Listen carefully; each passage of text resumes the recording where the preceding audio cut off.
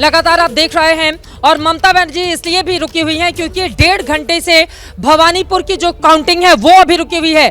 सैयद जफर इस्लाम जी, सीधे आपके पास आते हुए, देखिए ममता बनर्जी चुनाव हार रही हैं, 89 पर टीएमसी, 198 पर भारतीय जनता पार्टी, लेकिन ओपोनेंट विरोधी विपक्षी पार्टी के तौर पर ममता बनर्जी का पूरा जेस्चर लड़ाकू महिला वाला रहा है।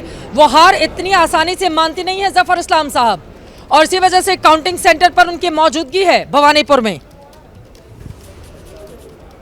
चित्रा जी, आज कौन सा दिन है, कितना तारीख है? 4 मई है, सोमवार याद है का ना? दिन। 4 मई जी हाँ, 4 मई को ममता दीदी गई, ऐसा हम लोगों ने पहले बोला था कि नहीं? बोला था ना? बोला था। तो आज वो जा रही है अपना इस्तीफा देने के लिए, इसलिए कि आज 4 मई है और शाम से पहले ही कहा था कि देंगी इस्तीफा। जनता का मैंडेट उनके खिलाफ है, जो उन्होंने मिसरूल किया है 15 साल, वो एडमिनिस्ट्रेटिव फेलियर जो उन्होंने तुष्टिकरण की, जो उन्होंने करप्शन को बढ़ावा दिया। जनता की आवाज़ थी, 4 मई को जानी चाहिए, बदलाव चाहिए। वो आज बदलाव मिल रहा है। जनता की आवाज़ के साथ भारतीय जनता पार्टी खड़ी रही, खूब सारी झालमुड़ी खाकर बैठे हुए हैं। आपका जो जोश है वो बिल्कुल मतलब पूछो मत। आज तो जफर इस्लाम साहब लग रहा है खूब सारी झालमुड़ी खाने के बाद बैठे हुए हैं ललकारने के लिए ममता बनर्जी को। अरे भाई, हम तो झालमुड़ी खाया अभी थोड़ी देर पहले, हमारा झालमुड़ी चल रहा है इधर।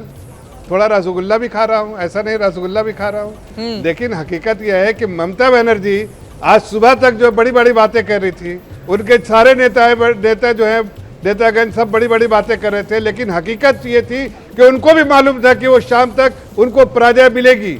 उनको पूरा पता था पहले राउंड में ही, जो आदरणीय गृह मंत्री जी ने कहा था कि 110 के आसपास। देखिए अभी आप दिखा रहे थे आपके चैनल पे, पहले ही राउंड में 112 सीटें हमको मिली है, उसमें हम आगे बढ़े हुए हैं। तो जाहिर है वो उसी दिन समझ गए थे कि वो हार गई हैं, लेकिन उनके अपने कारणों की वजह से, उनकी अपनी कमियों की वजह से, उनकी जो पॉलिसी रही महिलाओं के बारे में, उन बिल्कुल लैकलस्टर पॉलिसी रही है। उन्होंने चिंता ही नहीं की महिलाओं के, सोचते हुए कि मैं महिला मुख्यमंत्री, तो महिला की सुरक्षा उनकी प्राथमिकता कभी नहीं रहेगी। इसी महिला सुरक्षा के मुद्दे पर पीएम मोदी की बातों पर जनता ने ज्यादा भरोसा किया, क्योंकि ममता बनर्जी ने कहा था कि रात में महिलाओं को घर से बाहर निकलने की क्या जरूरत है।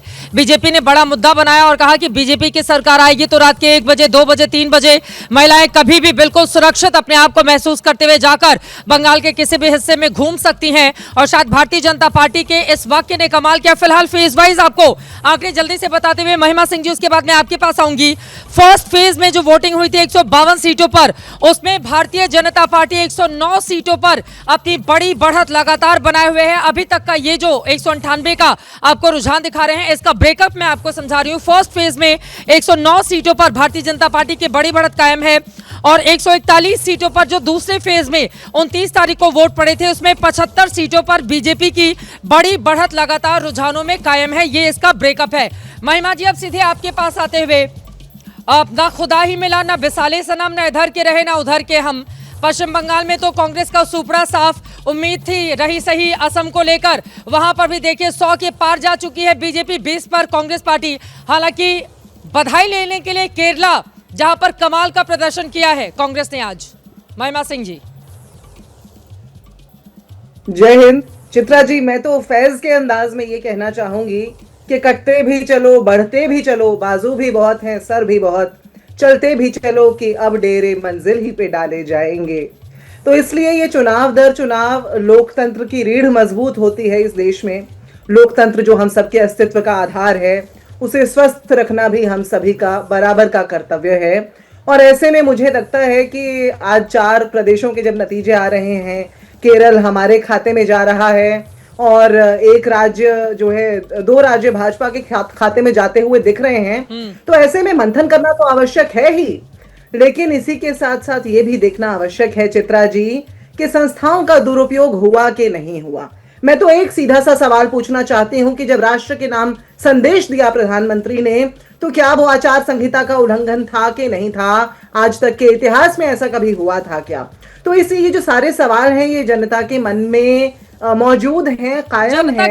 देखिए, परिवर्तन होना चाहिए। महिमा सिंह जी, अब सवाल पूछा, ये संस्थाओं का दुरुपयोग क्या केरल में हुआ है?